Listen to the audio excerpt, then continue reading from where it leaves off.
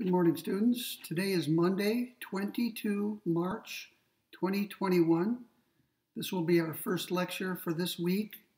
We have now completed, after several weeks, we've completed our discussion of utilitarianism and are now moving on to a new theory called egoism, specifically ethical egoism. Our exam, the second exam you'll be taking is on the 1st of April, which is a week from Thursday. So today's the 22nd. That means in 10 days, you'll be taking your second exam. It'll have the same format as the first exam. The procedures will be the same. You'll have a 12-hour window in which to take the exam. That is from 8 in the morning until 8 in the evening.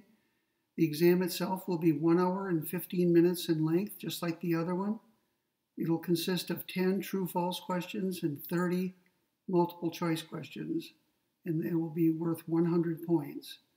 So if you look at the reading list, you'll see exactly what material will be covered on that second exam.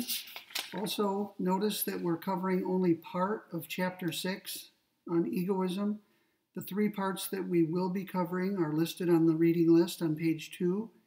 Today we're going to cover the section entitled, What is Egoism? So the goal is to make sure we understand it correctly before we proceed to argue in favor of it or argue against it. When we meet again later this week, we will discuss the section entitled, Some Common Misconceptions About Egoism. And that will serve to clarify the doctrine or theory. And then we're going to skip way ahead through the chapter. And on the third day that we'll be discussing egoism, we're going to take up the section entitled The Refutation of Egoism. Feldman claims to refute the theory, which means prove that it's false. And we'll take a look at the argument that he comes up with and see whether he's correct about that. So once again, 3 of the chapter's sections will be covered on the exam starting today. The exam itself is on the 1st of April.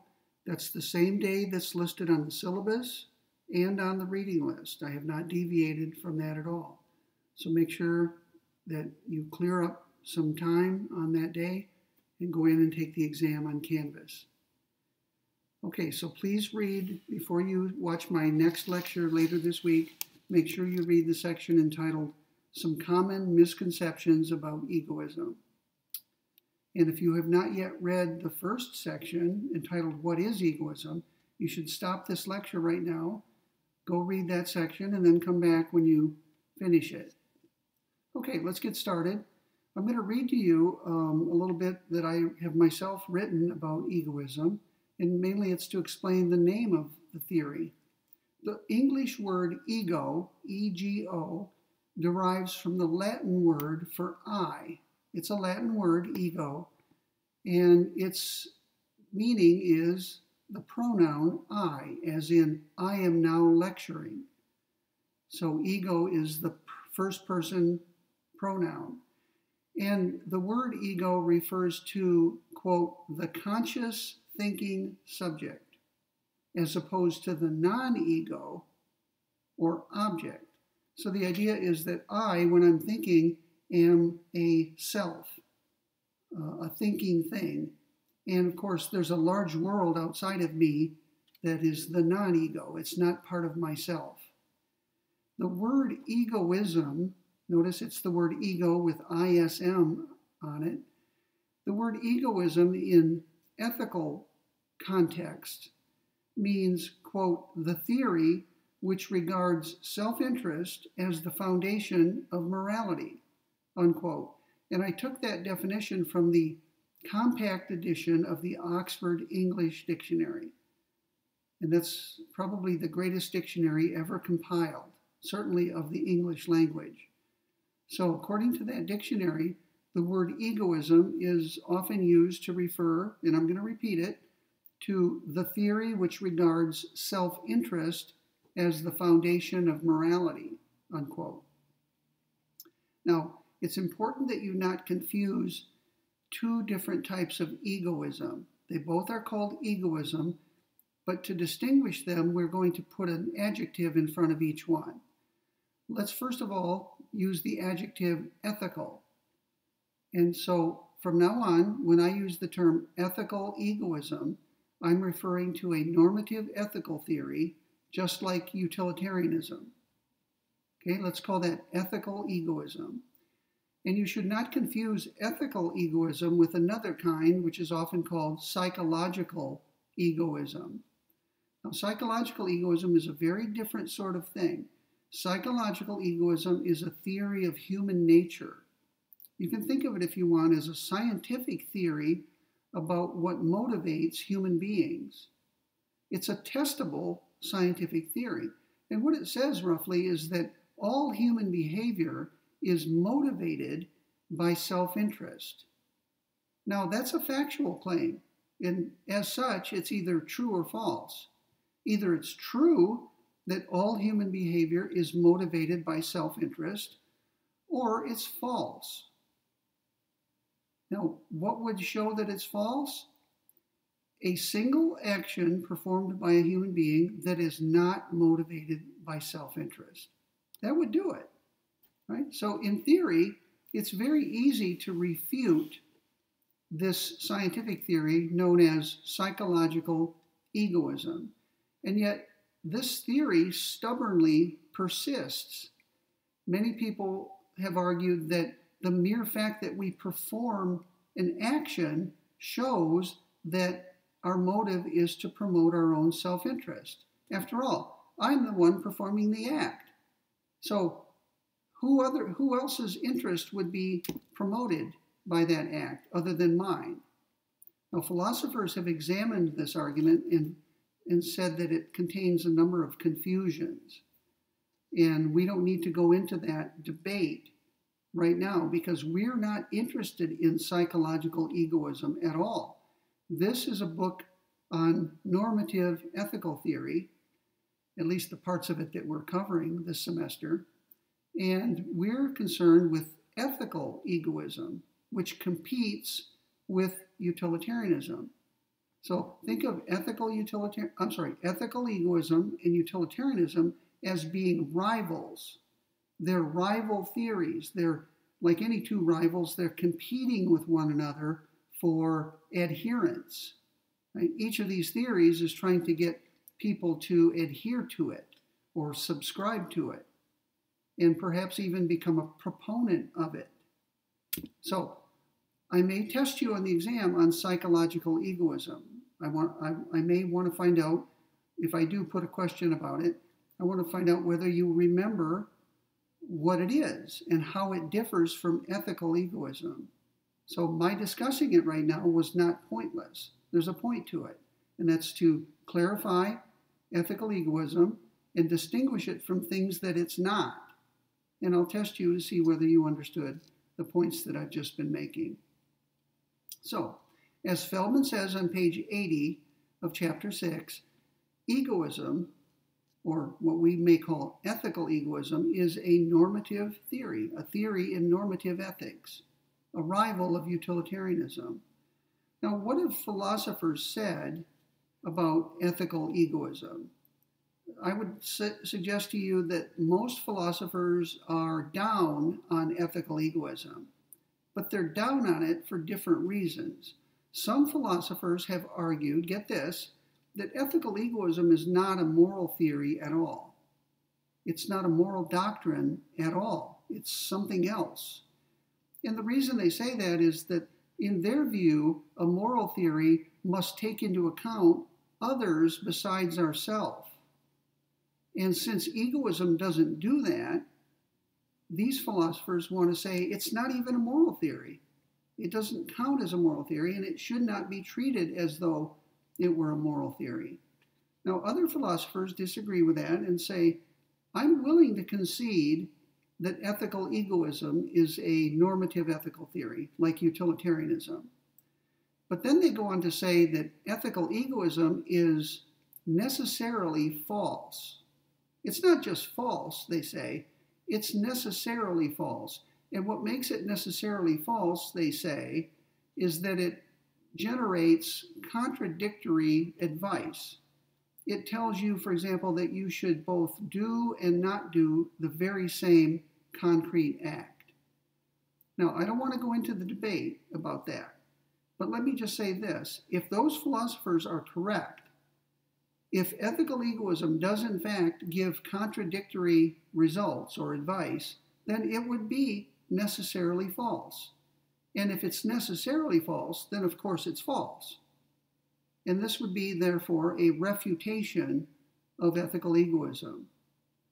Okay, so some philosophers are willing to concede that ethical egoism is a normative ethical theory, but they go on to argue that as a theory, it generates contradictory results or advice, and therefore it has to be false.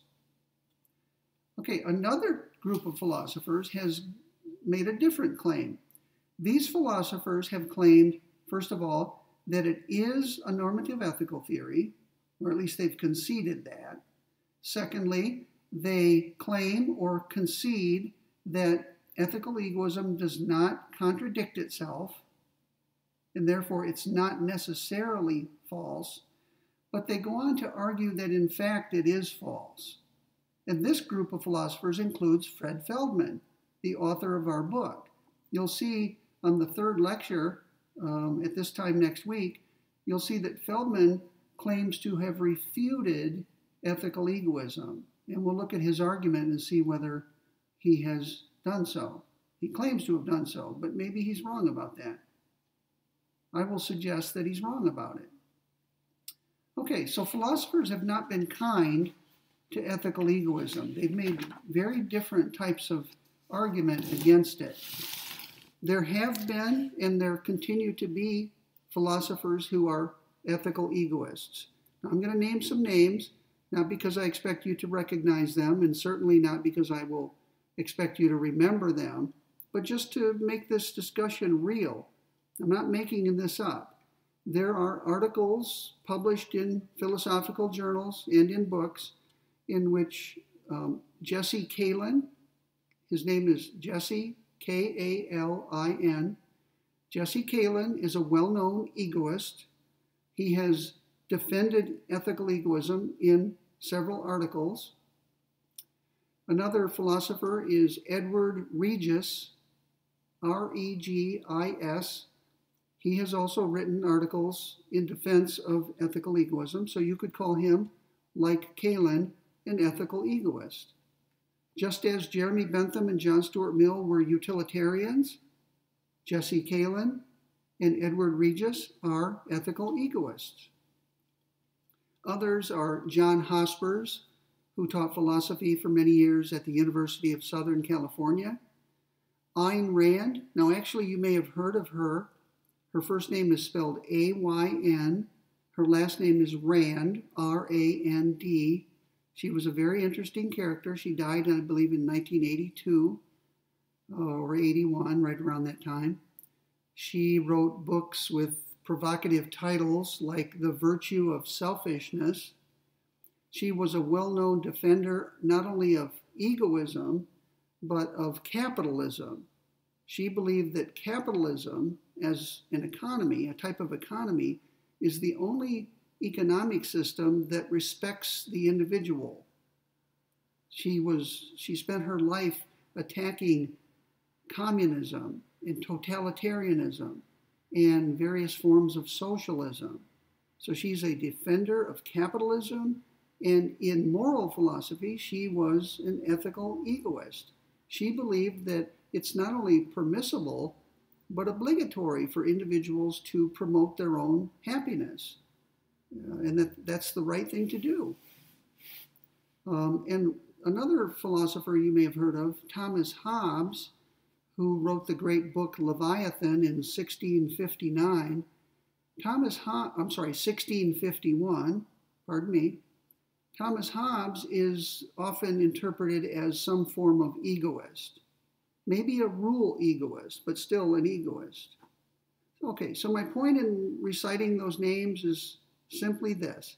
There really have been ethical egoists, and today there still are some. It's not as popular a view as utilitarianism or Kantianism, which we'll discuss later. But it does have its adherents. It does have its proponents. Okay, so we're not creating a moral theory that nobody has ever held, right? This is a real moral theory.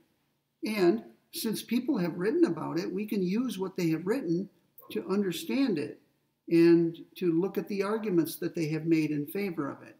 And we can respond to the arguments that have been made against it. So, in my view, ethical egoism is a viable ethical theory. It deserves to be discussed. It deserves to be taken seriously. And that's why Fred Feldman devotes a whole chapter of his book to it. Some philosophers, those who say that it's not a normative ethical theory, surprisingly go on to discuss it as though it were, which is a little bit odd, wouldn't you say? If you don't think that it's a moral theory at all, then you shouldn't treat it as a moral theory and devote any time to it. And yet some philosophers take that position. So let's ask straight out, what is egoism? Eventually we're going to formulate it very precisely, the way we did with act utilitarianism and rule utilitarianism. Remember U sub 7? U sub 7 was the final formulation of what we're calling act utilitarianism. And we're going to try to formulate ethical egoism in the same way, okay, with an if and only if clause. Okay, let's get started. I'm going to begin with the general idea, and then we'll get more and more precise as we go along. Well, the general idea of ethical egoism is that everyone, you, me, and my neighbors, and everyone else, everyone literally in the world, ought to promote his or her own self-interest. Everyone. So it's a universal theory. It says for all individuals, X ought to promote his or her own self-interest. Okay, that's a general statement. Pardon me, I have a box that popped up on my computer from Norton. It's telling me to restart now. I'm just going to get rid of the box and hope it doesn't interrupt the lecture. I'll restart the computer later when I'm done lecturing. Okay, it reminds me of a song. Ethical egoism reminds me of a song many years ago from a band I grew up listening to. You may have heard of them, Bachman Turner Overdrive. It's a Canadian band out of Winnipeg, Canada. They had a very popular song called Looking Out for Number One. Looking Out for Number One. You could look it up on YouTube and listen to it if you want. Now, I'm not claiming that they were defending ethical egoism in that song. Maybe they were, maybe they weren't. I don't know. But it's got an interesting title, Looking Out for Number One. Who's number one? Well, that would be me. From my point of view, I'm number one. And others are number 2, 3, 4, and so on. From your point of view, you are number one. So ethical egoism is the view that everyone should look out for number one, him or herself. After all, if you don't look out for yourself, who will? Maybe nobody. Other people have referred to ethical egoism as consistent selfishness. Consistent selfishness. Now, I take exception to that label because there's a difference between selfishness and self-interestedness. And I have no objection to ethical egoism being called consistent self-interestedness. But I don't like the word selfish because selfishness, the word selfish, connotes excessive concern with oneself.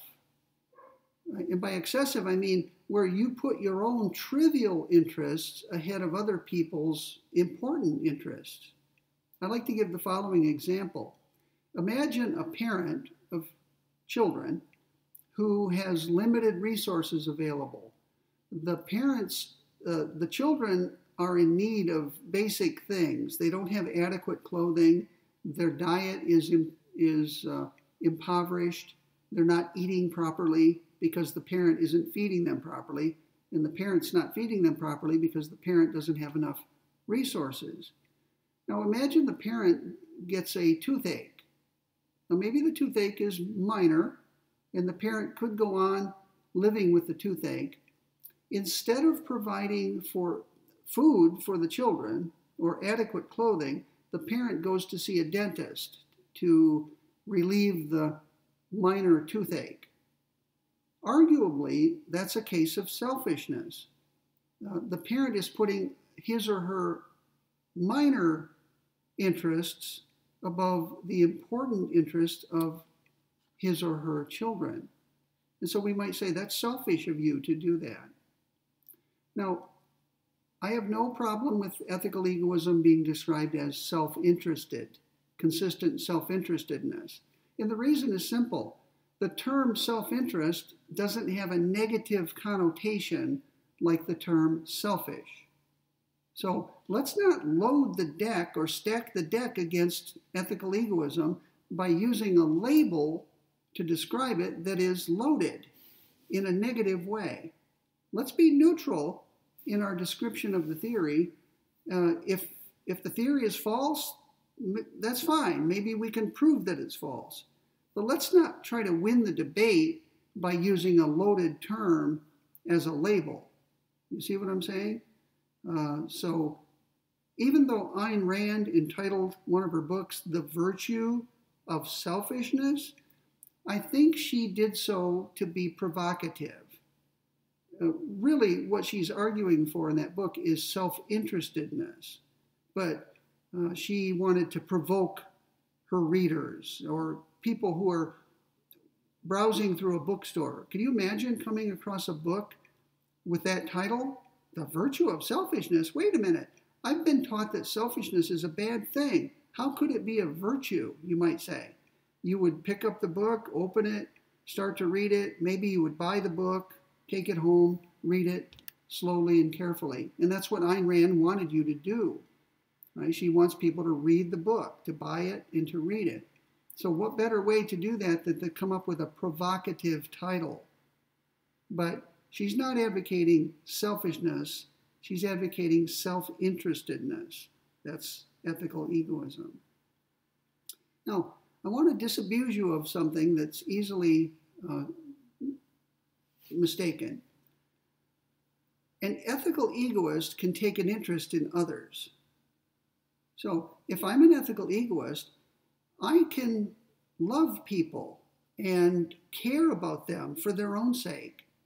And if I do, then I have made their well-being my own. Do you see that? I'm concerned not only with my own well-being and my own happiness, but I'm concerned with the happiness of my spouse, my children, my parents, my siblings, and perhaps others, neighbors, colleagues, friends, and so on. So there's nothing about ethical egoism that rules out caring about other people. And if you do care about other people, then their happiness becomes part of your own happiness. Do you see that? So it would be a misunderstanding of ethical egoism to say that you must care only about yourself. It does not say that, nor does it imply that.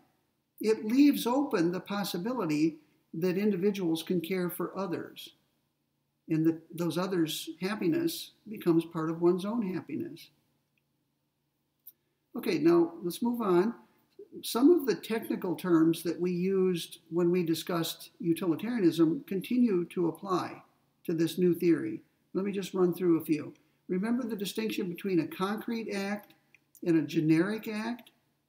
Just to refresh your memory, a concrete act is a unique, unrepeatable act, such as my lecturing to you right now.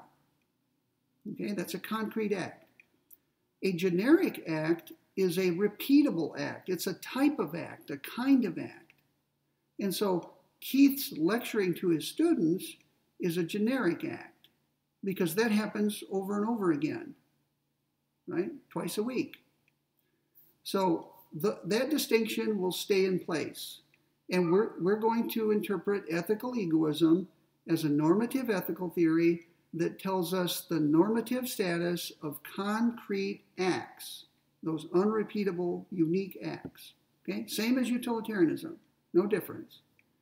Secondly, every act has alternatives. So I'm acting right now. My act could be described as lecturing to my students about ethical egoism.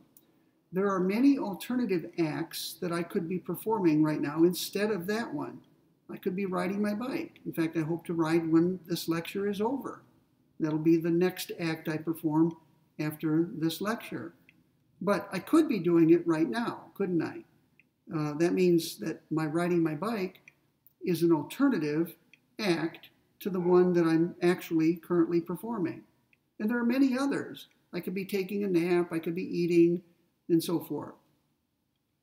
I could be watching the basketball tournament, which I believe is underway.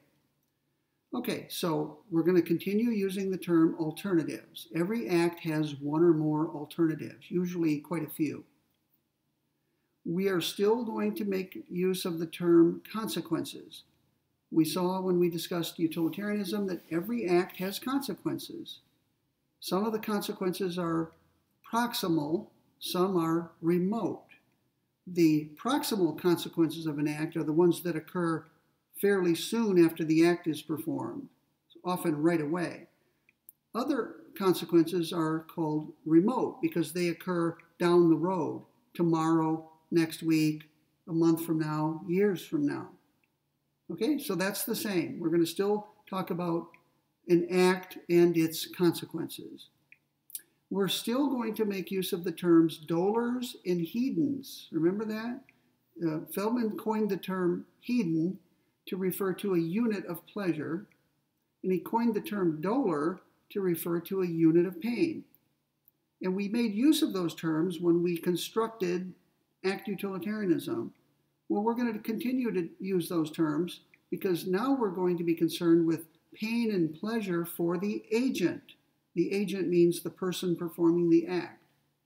So we're going to continue talking about pleasure and pain, but this theory focuses only on the pleasure and pain of the person performing the action, not the pleasure and pain of anyone who's affected by it. And finally, we will make use of the term rules of thumb. Remember when we discussed this in connection with act utilitarianism? An act utilitarian, as John Stuart Mill pointed out, and as J.J.C. Smart has pointed out, an act utilitarian can make use of rules, especially when you don't have time to do a full utility calculation. You should fall back on various rules. And the rules are chosen because more often than not, following the rules will maximize overall happiness. Well, we can make use of the same concept here in connection with ethical egoism. Suppose I'm an ethical egoist. Instead of making a new, fresh calculation at every moment of my life, I can formulate rules of thumb and act upon them. And the idea is that if I follow these rules on a regular daily basis, I will end up maximizing my own happiness. So what might these rules be? Well, here are a few that arguably maximize my own happiness. Things like obey the law. Now, you may be wondering why obeying the law would promote my own interest, but when you think about it, it makes perfect sense. If you disobey the law, you're likely to be apprehended and perhaps punished for it. And surely it's not in my long-term best interest to be punished, to be sitting in jail or prison, or to be whipped or caned, or even to have my life taken away from me. So obeying the law is a simple rule that one can follow that would promote your own long-term happiness, at least arguably so. Another one is keep your promises. Again, you may wonder, why would keeping your promises maximize your own happiness? Well, think about it. If I break promises, other people will learn of it. The word might spread among the community members, and they may refrain from dealing with me. If I'm in business, they may stop frequenting my business, and that will not be in my long-term best interest, will it? To go out of business, I need to earn a living and to pay my bills. So keeping your promises is a way to promote trust with your fellow citizens, and that will redound to your benefit in the long run. Other rules, which I won't discuss all of these, but other rules that I think would serve as rules of thumb for an ethical egoist are: honesty is the best policy, don't harm others, be fair to others in your dealings with them, and don't cheat. You may think that cheating is sometimes in a person's interest, but remember, it's always possible to be caught or caught out when you're cheating. And if you're caught cheating, bad things usually happen to you. And that's true whether you're cheating in an athletic contest, by using performance-enhancing drugs, for example, or cheating on an exam. If your instructor finds out that you cheated on an exam, the instructor will prosecute you by taking the case to the authorities at the university, and you could end up getting expelled from the university for one act of cheating. Is it in your long-term best interest to be expelled from a university? I doubt it. For one thing, the word will get around, and maybe you'll not be accepted at any other university because your cheating record will be a public matter. You may be, because you can't go to a university and get a degree, maybe your career prospects will be poor, and that's certainly not in your best interest. So isn't it interesting that if you're an ethical egoist, you will make use of rules of thumb, and many of the rules of thumb that I think you would end up accepting pretty much match what's called ordinary everyday morality, the kinds of things we teach our children. Don't we teach our children honesty is the best policy, keep your promises, obey the law, don't harm others, be fair to others, don't cheat, don't lie, don't steal, and things like that? Probably those rules, if followed by an ethical egoist, would end up maximizing his or her overall happiness. Okay, so remember, an ethical egoist can make use of rules of thumb just as an act utilitarian can. All right, let's move on. The next concept we need to discuss is agent utility. Agent utility. Now, earlier we used the concept of utility. Utility was understood as the net balance of pleasure over pain, or hedons over dolors, for all concerned. Remember, act utilitarianism requires that we take into account anyone who's affected by our actions. Ourselves, of course, but also others, including strangers, people for whom we may have no affection or even knowledge. If your action affects others, including animals, then those interests of others must be taken into account, according to act utilitarianism. Ethical egoism shrinks the scope of moral concern. It says the only person whose interests must be taken into account are your own. Okay? Only your own pains and pleasures matter. Only your own happiness and unhappiness matter. Only your own interests matter, according to ethical egoism. So let's call that agent utility. I've got to get that box off the screen again. Agent utility is a subset of overall utility. It's the utility of the act for the agent only. Now let's look at an actual case that illustrates ethical egoism. It's what Feldman, or what I call the circus case. Feldman discusses it on pages 81 and 82. So let me get my chapter out. I have a copy of the chapter in my notebook, so I don't have to carry the book around. So here's the bottom of page 81. Let's read this fact situation, and we'll discuss it briefly, because it shows you how an ethical egoist reasons or thinks. Suppose a girl decides to run away and join the circus. She gets a lot of short-term pleasure as a result of doing this.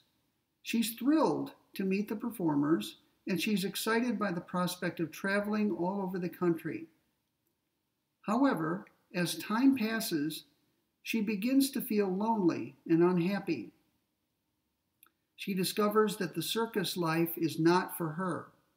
To make the case a bit more concrete, let us suppose that she feels exactly 100 hedons of pleasure during her first week with the circus, but that she feels $500 of pain in the months that follow. If she feels no other pleasures or pains as a result of running away to the circus, in other words, if these are the only consequences for her, then the agent utility of this act, the act of running away to the circus, is minus 400. So you've got some short-term happiness, but a lot of long-term unhappiness. And when you subtract the unhappiness from the happiness, it's a negative number, minus 400. Now here's Feldman continuing. The fact that her parents were grief-stricken, the fact that her boyfriend was somewhat relieved, and the fact that her dog was rather sad are all utterly irrelevant here. These pleasures and pains were not felt by the agent of the act, which is her.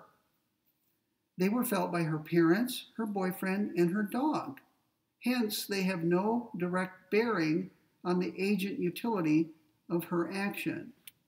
So let's just stop right there and discuss this case because it illustrates a number of things. First of all, it shows you that to an ethical egoist, you must take into account not only the short-term pleasures and pains that you experience, but the long-term pleasures and pains. And often in life, things that we do produce an immediate benefit to us, as they did in that case. She was joyous and happy for a while, but then the routine set in, the grind, the daily grind of setting up the tents and then taking them down and so on. Daily grind. And the circus life became perhaps boring for her and a source of pain and frustration and loneliness. So that's the first point. You have to look at the long term as well as the short term. Secondly, if you're an ethical egoist, the only one whose interests matter are your own. Now, Feldman said that her parents were unhappy, her boyfriend was relieved. Now, what's that all about? I don't know. We'll have to fill in the details. Maybe the boyfriend was not happy being in a relationship with her, but he couldn't find it within himself to break the news to her, to break up with her. So when she chose to leave and go to the circus, he didn't have to break up with her. So he was relieved and happy. Her dog was sad. The dog missed her. Now, when Feldman says that the happiness or unhappiness of the parents, the boyfriend, and the dog don't count at all, he must be assuming that the girl took no interest in their happiness or unhappiness. Because as I explained to you earlier today, if she takes an interest in her parents' happiness or welfare, then the fact that her parents were unhappy at her departure would make her unhappy. Her parents' interest would be part of her own interest. And the same with the dog. If she loved the dog and cared about the dog, the fact that the dog was sad would be part of her own unhappiness. And if she cared about the boyfriend, then his happiness or relief would be part of her own happiness and relief. So Feldman, in order to say what he says, must be assuming that she didn't care one bit about her parents, her boyfriend, or her dog. And maybe that's the case. Maybe she was as callous as the grandson in that grandson case we discussed in a previous chapter. Remember, the grandson was a callous young man. He didn't have any sense of guilt or remorse or anything. Well, maybe this girl is so self-absorbed that she doesn't care whether her parents are happy. And if she doesn't care whether they're happy, then their happiness doesn't even enter into her calculation about what to do. Nor does the happiness or unhappiness of her boyfriend or her dog. So that case shows you how utilitarians go about reasoning or thinking. Okay? It shows you how the concept of agent utility actually works. Okay, let's move on and try to formulate the theory now. We're getting pretty close. How did we formulate act utilitarianism? U sub 7, we said an act is right if and only if no other act that the agent could perform produces or would produce as much utility, overall utility, as this act. Notice that ethical egoism is very similar, but it has one difference. Here it is. On page 82, Feldman says, an act is morally right if and only if no alternative to that act has higher agent utility than it has. Very similar to U sub 7. The only difference is instead of utility, it says agent utility, because that's all that matters according to an ethical egoist. So it should be easy for you to remember this theory, which we're going to call ethical egoism. It's basically act utilitarianism with the focus only on the agent's utility instead of overall utility. On page 82, Feldman states it a little bit differently. He says an act is morally right if and only if it maximizes agent utility. Okay, maximizes means gets as much as possible. Notice, it's a demanding theory. Just as act utilitarianism was demanding in requiring that you get the most overall utility on every occasion, ethical egoism requires that you get the most agent utility on every occasion. So you have a duty, a moral obligation to get as much happiness for yourself as you can on every occasion. You are a machine working to promote your own happiness. It turns out to be quite a demanding theory. Now, ethical egoism, as we have just formulated it, has a number of similarities to act utilitarianism. First of all, both theories are consequentialist. Remember that term? A consequentialist theory is one that says the rightness of an act depends solely on its consequences. And that's true of ethical egoism as well as act utilitarianism. It's just that the consequences that are taken into account are different. Instead of overall utility, it's agent utility. But both theories are consequentialist. Now, I can easily test you on that on the exam. What if I said, true or false? Both act utilitarianism and ethical egoism are consequentialist theories. True, right? They're both, yes, that's true. Okay? Now, they don't have everything in common, but they can and do have a number of things in common. Secondly, both of these theories are hedonistic, at least the way we have formulated them. Both of them are concerned to promote the greatest balance of pleasure over pain. Hedonism, right? Hedonism means pursuing pleasure, and they both do that. So both theories are hedonistic. The difference between the two theories is, as we have been saying, is that who counts or who matters differs. To an act utilitarian, everyone affected by the act matters and must be taken into account, including animals. To an ethical egoist, on the other hand, only the agent matters. But keep in mind that if the agent takes other people's happiness as his or her own, then to that extent other people's happiness matters. But only because you care about them, only because you love them, only because you have taken an interest in their happiness or well-being. Notice that there's a sense in which act utilitarianism and ethical egoism are at the extreme ends of a spectrum. Okay, see my hands? This would be one extreme of the spectrum. This is the other one. There are lots of intermediate positions that could be turned into an ethical theory. For example, tribalism. we could formulate an ethical theory called tribalism or ethical tribalism. And it would be like something like this. An act is right if and only if it maximizes the happiness of one's tribe, the agent's tribe.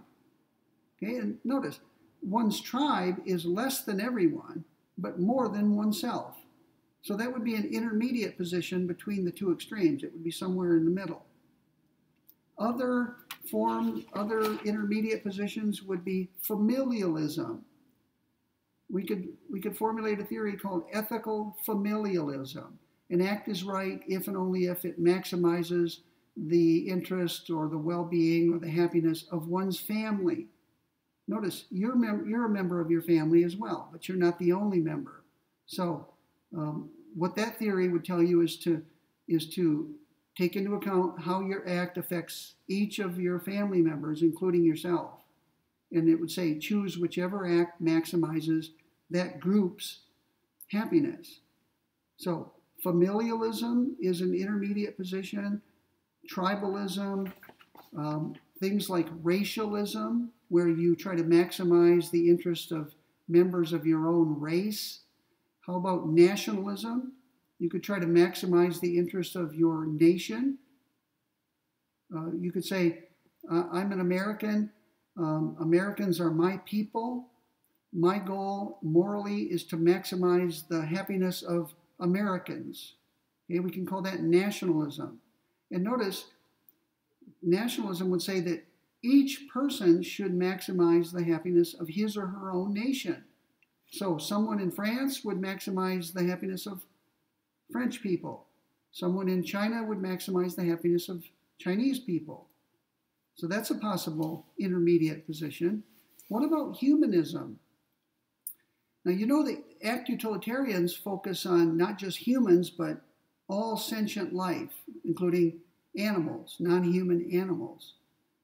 But what if we limited our concern just to humans, excluding dogs, cats, and other animals?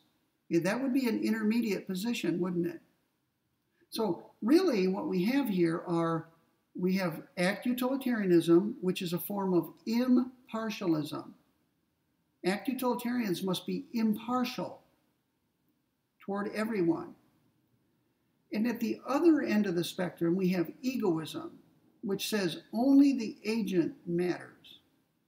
In between those two positions are a wide range of other positions, and we could actually rank them in terms of their size. Maybe your clan. First, if this is egoism here, moving inward, we would have your family, your clan, your tribe, maybe then your race, your nation, maybe then all of humanity. And notice, you still have not reached the other end of the spectrum, because that's the extreme end. Right? So we're not going to discuss any of these other theories. I'm trying to point out to you that act utilitarianism is extremely impartial. It's at the end of the spectrum. And ethical egoism is what we might call extreme partialism. It's extremely partial because it refers only to the agent. The other theories I mentioned, like familialism and tribalism, are less partial. They're not impartial, and they're not extremely partial. They're moderately partial, if you want to coin a term. Okay, that's enough for today. I'm a little bit leery that something's going to happen to this lecture because I keep getting this warning to restart. So we're almost 50 minutes in. I've covered everything I want to cover. We have 2 more lectures on ethical egoism, one this week, one early next week, and then we'll take our second exam on the 1st of April, which is Thursday. So have a nice day, and I'll see you on the computer screen later this week in a couple of days.